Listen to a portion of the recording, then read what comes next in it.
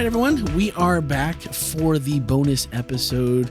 As you can see in the title of your player, it's Chuck Nasty. We are getting the extra edition content that Ken mentioned on Sabbath about Chuck, and then there's so many stories that I'd love to tell, and there's some that I can't tell, even on an extra special podcast edition. But this one, I think is this one is PG enough that I can get away with it. So just to set this up, if you were at church last Saturday, if you watched online or whatever, you know that I introduced to you an amazing cast of amazing human beings that were a few of the people, just a small slice of the people I worked with at Sorensen Pacific Broadcasting. Now, Sorensen Pacific Broadcasting is on the island of Guam. The station was owned by a businessman named Rex Sorensen, and he owned 3 radio stations that made up Sorensen Pacific Broadcasting while I was working there. There was K57, which is talk radio, and then there was Power 98, which was a top 40 type of station. And then there was The Rock, which was a classic rock station. Each one of these stations had its own general manager. Each station had its own format, basically. And so, for instance, when you do news for different formats of radio stations, you do it differently. So for a news talk station, when you do news for them, you're going to do a much longer, more in-depth story, or stories for sure. And then when you do for Power 98, those stories, at least the way that we did them, they were shorter. But the shortest ones that we did were for the rock, classic rock, because news was not really what we want to rock. They want to rock. We don't want to listen to news. They weren't really that interested in, that sort of thing. But they did want, the headlines kind of quick, who, what, when, where, why, very quick, and then get out. And otherwise you get a phone call from your boss that says you don't know how to use the 5 Ys. That is exactly correct. At least that's what I heard. That's what I heard in in the sermon myself. Boy, that was such a shock to the system. Anyway, if you don't know what we're talking about, you just got to go back and watch the sermon. So anyway, I think that was second service. Did I do it for both services? I can't remember. I don't remember. I actually, if you watch 2 different services, I threw in different stories for one service than the other. So I can't remember whether I told that at both. I was busy during first, so I didn't catch it. But I was sitting in second, so I did catch that one. So anyway, so you do different news differently from station to station, and with The Rock, the station manager for The Rock was a guy named Chuck Nasty. He was the station manager? He was the station manager. And a DJ. Well, that's not uncommon. And he had actually, if I'm recalling correctly, he'd been a DJ at a top radio station in L.A. for a while. And for some reason, he decided to show up on Guam for a while. So I'm not sure. WITSEC? I can't remember. Huh? WITSEC? Witness Protection Program? Maybe? Who knows?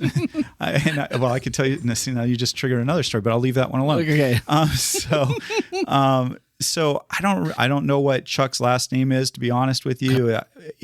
But his on-air name was Chuck Nasty. That's what he went by. And whatever you think when you hear that name, yes, that was him. Plus. So you think Howard Stern type stuff. If you're familiar with Howard Stern, if you're not, don't look it up. But this was Chuck Nasty. Okay, this is who he is, and again, and this is what, early 2000s? Yeah, very early 2000. It would have been about 2001 when this was going on, and so poor Chuck, he was never happy with the news coming from us in the newsroom. He was constantly complaining. You don't know how to do news for a rock station, and the amazing people I worked with in the newsroom are like, just ignore him, Ken. Just whatever. we know how to do news. He's blah, blah, blah. So let's move. But I'm a pleaser. So he was upset. And so finally he was like, look, I just want this guy doing. And with his station, we would actually pre-record the news bit. So we'd go in probably about 45 minutes before it was going to air. We would record it, put it in a file, and then he'd hit play whenever he was ready for it to play. Yeah. Which was different with Power 98 and K57, where we would do the news live. Yeah. So so I would go in and pre-record it, and there was more than once he would come and he was like, record it again. It's boring. It's blah, blah, blah. You need to spice it up. It needs to be. I was like, Chuck, the news is the news, buddy. What do you, I know, it's a slow day. What do you want can't really from me? make it up here. And it's like, you can make it better than that. You need to have a better kicker. And a better kicker is the story that a news person will put at the end of their newscast that the DJ can use to kind of riff off of. They can talk about it. They can banter. If you were doing it live, they could banter back and forth with you. And so Chuck always wanted kind of a funny, dumb criminal kind of story at the end. Yeah, it's not Florida man kind of story at the end of this thing. And so he kind of got to the point where he kind of liked me, and he was like, "What more people like you?" I'm like, "I don't know about that." He's like, "No, seriously, they like you. I want to hear you. You come and record it." And the other two people that I was working with were like, "Dude, you record it. We don't." If he wants you, you do it. Well, and I was the low guy. I was the low guy, so I was like, "Yeah, you're going to do it." And so he was like, but he was always writing me, "Oh, it's so boring, Ken. You're so boring. You're such a Christian. You're so boring." I was like, "Chuck, but you keep asking me." He goes, "Yeah. I mean, but you're better than the other two. But you still need to work on this." And I'm like, "I don't know what to do, Chuck. I don't know what you want." What can a Christian not do that somebody else can by FCC regulations? I don't know. Anyway, it was. Yeah, exactly. So he just keeps writing me. And so finally one day I just had enough. I'd had enough. And I put together what I knew was a killer news set. 2 stories with an awesome 3rd story kicker. But I knew that he wanted more. He's like, because that's what he's always, "Ken, we're rock, man. We're rock and roll. You got to be rock and roll, Ken. I know you don't get that as a Christian, but you got to be rock and roll, man." And so I'm like, "Chuck, I'm doing my best." So anyway, so this day, I read my 2 stories. I read the kicker, and I sign it off. Reporting for the Rock, I am Ken Wetmore. So I record this. 45 minutes later, Chuck comes racing in the room, and he goes, I can't really repeat exactly what he said, but he said, "Yeah, that was it, Wetmore. Do that every time. That's it. That's what I'm talking. Rock and roll, man. Rock and roll." And so every time, so next time I didn't do it. I was like, "Oh, no." And he comes in, he's like, "What's wrong with you? You know how to do it. I've heard you do it. Do it right." So from then on, whenever I recorded for The Rock, I'd be like, "Reporting for The Rock, I am Ken Wetmore." And awesome. I heard you do it. You got to do it again. Yeah. So awesome. I'm like, okay, so I'm doing it for them. Well, a week or so later, the guy from Power 98, the top 40 station, he pulls me aside and goes, "Dude, when you're doing the news for us, why don't you do that thing you do for The Rock?" And I was like, "Because it's dumb?" He's like, "No, man. No, that's good. Do it." He said, "You don't have to punch it as hard for us as you punch it for them, but you need to do it. That I am Ken Wetmore. Just do that. Yeah. Just do that." I was like, "You're not serious." He's like, "I'm dead serious. This is the manager for this station telling me this." So from this stuff, so I start doing that, reporting for Power 98. I am Ken Wetmore. And the next thing I knew, the manager of the talk station's like, "Dude, how come I don't get the I am Ken Wetmore?" Because I'm just reporting for K57. I'm Ken Wetmore. Yeah. He's like, "Dude, you've got a whole tag thing. You got to use it." I was like, "What do you mean?" He's like, "No, that's your thing." I am Ken Wetmore. I was like, "I don't know about that." He's like, "Yeah, no. It's a thing, man. Do it." I was like, "This is talk radio." He's like, "Yeah, but our listeners, they listen to Power 98 and The Rock, and they know you, and you just, don't punch it at all. Just reporting for K57, I am Ken Wetmore." So you had to do 3 versions of I am Ken Wetmore. Yes, exactly. So I'm doing this. So when I get hired to do television news, I'm like, thank goodness, I've gotten rid of it. So I go and I do my first day of reporting for them. I come back with my package for the day. The package is the big story of your day, and it's usually pre-recorded. And at the end of it, I said, "Reporting for KUAM, I'm Ken Wetmore." My boss ran in after. She goes, "Please re-record that." She goes, "We didn't hire I'm Ken Wetmore. We hired I am Ken Wetmore. You do that."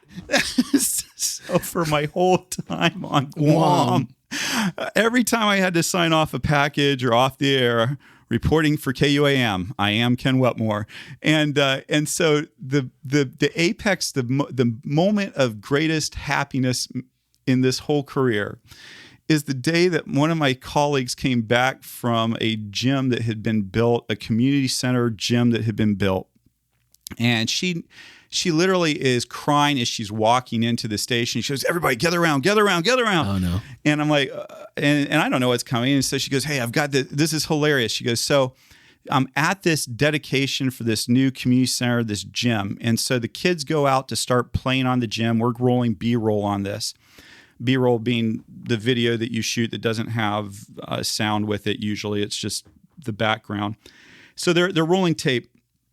And this kid from maybe a little past, way out, 3-point land, maybe just past the halfway court, throws up this nothing but net 3-pointer. He throws his hands in the air and goes, I am Ken Wetmore.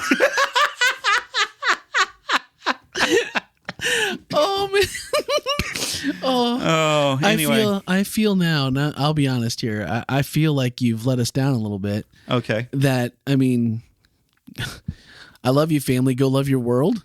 I mean, I am. how come? And, you know, that's the Bible. That's the word straight from the Bible, because I am Ken Wetmore. I actually had somebody take me to task once. They're awesome. like, you know, only God says I am. And I said, okay, then you shouldn't be saying I'm, because that's a contraction. So I'm never saying I'm God. I am saying I am Ken Wetmore. So let's just be clear about that. Which means I am not God. No, most assuredly. And there's not a smidgen of doubt in my mind about that one. So that is awesome. Anyway, was that worthy of a bonus episode, Randy? I'm wiping the tears out of the corner of my eye. It's good. I am Ken. and the fact that nobody knew what they wanted. Nobody knew they needed that until they heard it. And then it was like the jealousy of like, how come he gets it, but I don't get it? So Chuck Nasty, if you saw your name out in the ethernet and you somehow are listening to this today, get in touch with me, brother. I love you so much. You're awesome. You gave me the tagline that I kept through my entire news career. That is impressive. Yeah.